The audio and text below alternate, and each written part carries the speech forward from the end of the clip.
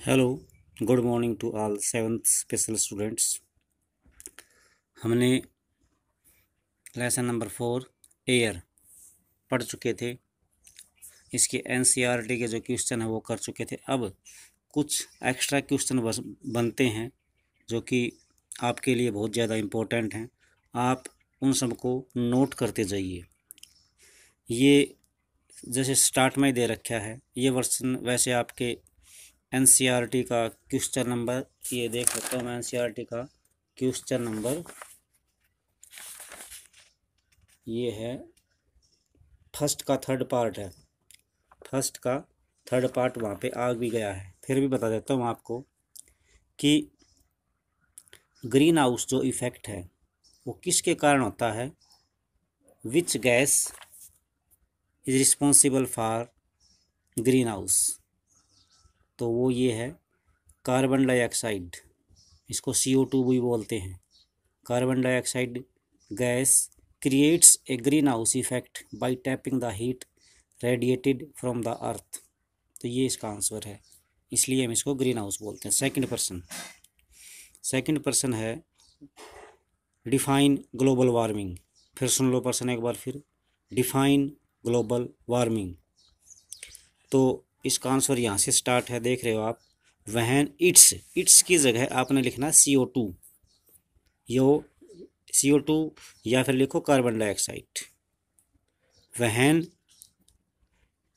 CO2 level in the atmosphere increases due to factory smoke or car fumes, the heat retained increases the temperature of the earth. This is called global warming. तो ये आपका first होगा, वो first question है ये। और वो तो आपका एनसीईआरटी में आएगा जो पीछे बताया गया था। इसके बाद है आपका what is the composition of the atmosphere. अर्थात जो हमारा वातावरण है वो किन किन गैसों से मिलकर बना, उसका संरचना लिखनी है। तो वो एक तो इसमें आपने ये चित्र बनाना है। ये जो दिखा रखा है, नाइट्रोजन 78% है, ऑक्सीजन 21% है, कार्बन डाइऑक्साइड 0.03% है, ऑर्गन है 0.93, और जो छोटी मोटी गैस बच गई वो है 0.04%। तो इसका आंसर यहाँ से स्टार्ट होता है। देयर आर, ये लाइन तुमने अपनी तरफ से लिखनी है। There are many gases in our atmosphere like carbon dioxide, helium, ozone, argon and hydrogen are found in lesser quantities. Many tiny dust particles are also present in the air. The pie chart gives you the percentage of the different constituents of all gases. तो ये है, यहाँ तक लिखना है आपने। ये जो ऊपर है ये क्वेश्चन, जैसे इसमें नाइट्रोजन और ऑक्सीजन वाली लाइन आई है, ये पहले आ चुका है। ये भी क्वेश्चन है फर्स्ट पार्ट में ही। तो आपने यहाँ से फिर दोबारा से मैं बता रहा हूँ ऐसे स्टार्ट करना है। There are many gases in our atmosphere like carbon dioxide, helium, ozone, argon and hydrogen are found in lesser quantities. ये जो सारी गैसें हैं ये कम मात्रा में पाई जाती हैं। और आपको पता है चित्र के द्वारा भी नाइट्रोजन और ऑक्सीजन सबसे ज़्यादा मात्रा में पाई जाती हैं। And many tiny dust particles are present in the air. You can see the percentage of different constituents of air. तो ये है इसका आंसर। नेक्स्ट है, how do plants get nitrogen. पौधे नाइट्रोजन कैसे प्राप्त करते हैं। तो इनके लिए ये है फोर्थ जोन सा पर्सन बना हुआ है। दे कैन नोट, और दे का मतलब यहाँ है प्लांट लिख सकते हो आप, प्लांट्स। दे की जगह plants can not take nitrogen directly from the air. Bacteria that live in the soil and roots of the some plants take nitrogen from the air and change its form so that plants can use it। तो ये है, यानी ये पौधे जो हैं सीधी nitrogen को प्राप्त नहीं कर सकते, ये मिट्टी और जड़ों में के द्वारा कुछ बैक्टीरिया होते हैं उनके द्वारा इसका यूज करते हैं और फिर इसको यूज करने के लायक बनाते हैं, ताकि वे सीधे न लेकर जड़ों और पौधों के जड़ों और मिट्टी के माध्यम से हवा में इसको प्राप्त कर सकें। नेक्स्ट है, what is the importance of the oxygen gas. What is the importance of the oxygen gas. तो ये जो पहरा दिखाई दे रहा है, oxygen is the second most plentiful gas in the air, यानी ऑक्सीजन हवा में पाई जाने वाली दूसरी सबसे महत्वपूर्ण गैस है, काफ़ी मात्रा में पाई जाने वाली।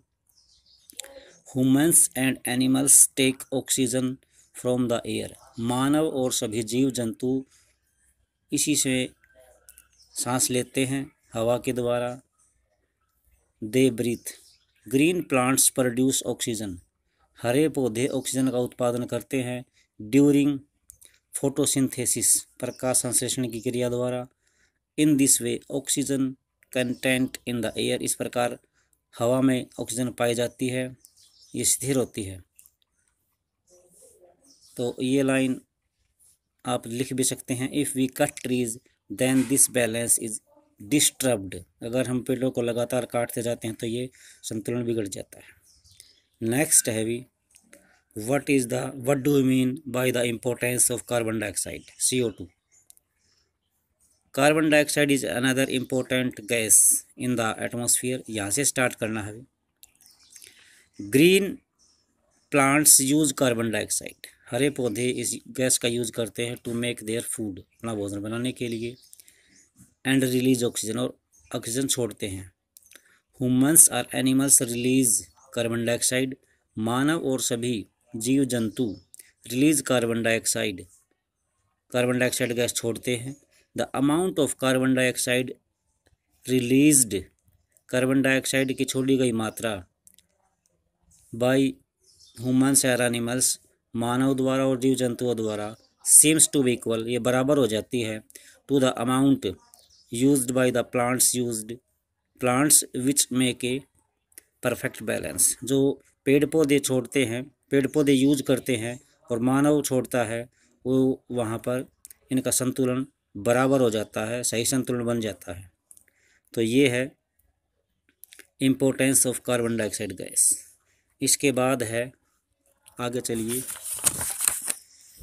ये है इम्पोर्टेंट क्वेश्चन है भी, 5 नंबर का है, very very important for your future, for competition. जब आप कभी भी कम्पिटिटिव एग्जाम में बैठेंगे तो ये जो प्रश्न दिखाई दे रहा है आपको, structure of the atmosphere, very important. तो चाहे तो आप इसको इकट्ठा लिख सकते हैं या फिर अलग अलग 5 लेयर हैं, इसकी अलग अलग डिफाइन कर सकते हैं। तो what is the structure of atmosphere, right in detail. ये बड़ा प्रश्न बनता है भी, वैसे इसमें दे नहीं रखा, तो इसको स्टार्टिंग करेंगे। There are 5 main layer in our atmosphere. There are 5 main layer in our atmosphere. These are troposphere, stratosphere, mesosphere, thermosphere and exosphere। तो सबसे पहले ट्रोपोस्फेयर में कहाँ से कहाँ तक लिखना है ये देखेंगे आप।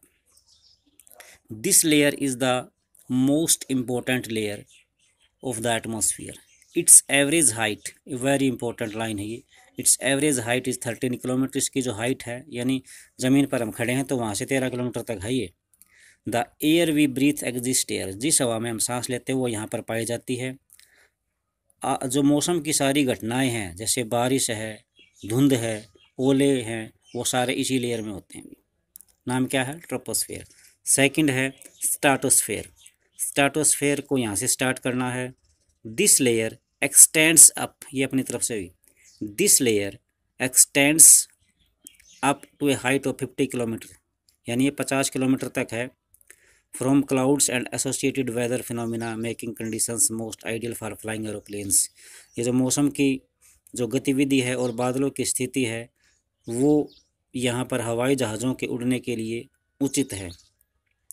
वन इम्पोर्टेंट फीचर, इसकी दूसरी जो विशेषता है दैट जो ओजोन लेयर है वो यहीं पे पाई जाती है। ओजोन लेयर यहीं पे पाई जाती है, यहाँ तक ही लिखना है आपने सिर्फ, a layer of ozone gas, यहाँ तक बस। तीसरा है mesosphere. Mesosphere this layer extends up to the height of 80 kilometer. Meteoroids burn up in the layer are entering from the space।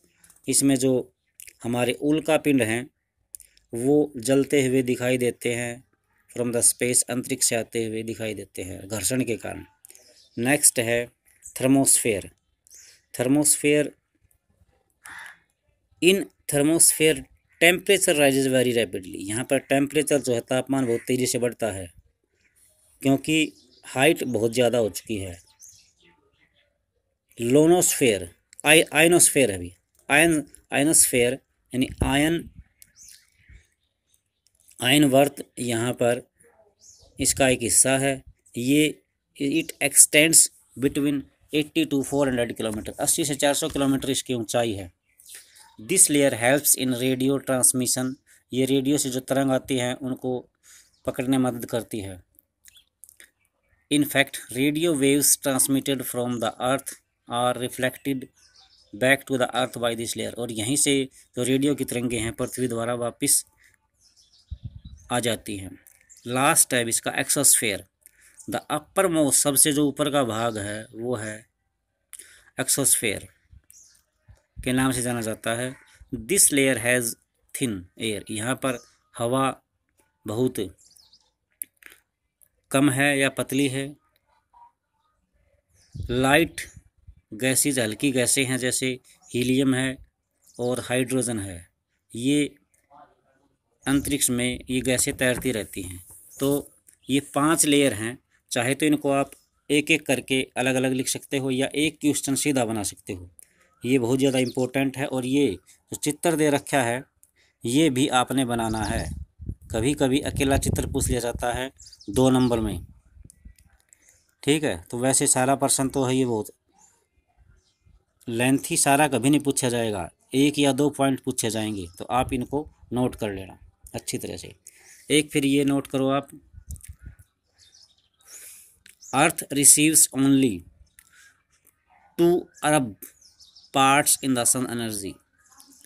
तो ये यहाँ पे ये बताया गया है हमें सूर्य की जो रोशनी प्राप्त होती है वो सूर्य की रोशनी का सिर्फ 2 अरबवां भाग है।